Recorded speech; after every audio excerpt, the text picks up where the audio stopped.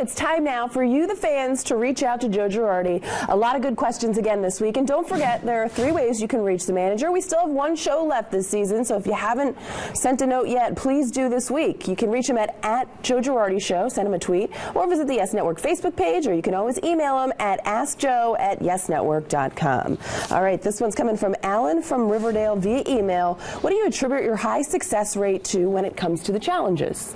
The job that Brett Weber's done in the hole, in the video hole, where they put him every day and looking at it and being, very quick to make judgments, and he's done a tremendous job. And we rely on him heavily because we don't see the play for the most part. We see it at full speed and then they show it on the screen, but he's got a lot of different angles and he's done a very good job. Was that something where in spring training he kind of went through a crash course, because he doesn't have a ton of time to make a decision to tell you to challenge or not to challenge? We went through a couple different crash courses. The problem in spring training was they didn't have all the angles. You had the one TV and and there were only a few games that we were able to do it. I think one game the replay system was down, another game it was raining, so he only had about 2 games to practice. Is it almost perplexing that teams can't get it right with challenges? Well, I mean, you have to rely on your guy, and sometimes, I think some managers are going to take chances. We've tried to, have a communication system. Is it worth it to take the chance? And that's how we decide.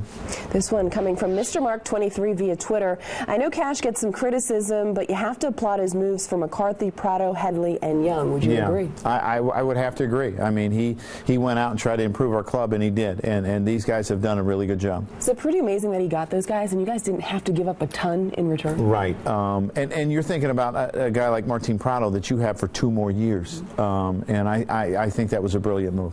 Ellen from Wildwood, New Jersey asks via email, Joe, you still look like you can catch a few innings. How do you find the time to work out in a season with the schedule that is the way it is? Well, it's my hobby. I really have 2 hobbies in life, working out and eating. Those are the 2 things that I really enjoy. And my workouts, for the most part, don't take very long, but they're very intense, and I love to eat. If you do one without the other, you're in trouble, right? Probably. And your workouts, they're really quick, but they seem pretty intense, because I've seen you doing them at times. Yeah, I bought into the CrossFit, and there are some days where you just go, oh my God, am I going to get through this? But it's quick, and I have enough time in the day to do it. All right, I ask you before we end every show, what are you most looking forward to this upcoming week?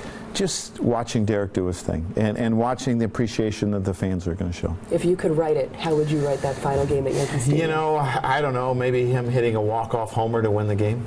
And it would be his first Gatorade bath then, too, because I don't think he's had one of those since he's been here. Yeah, I think that would be great.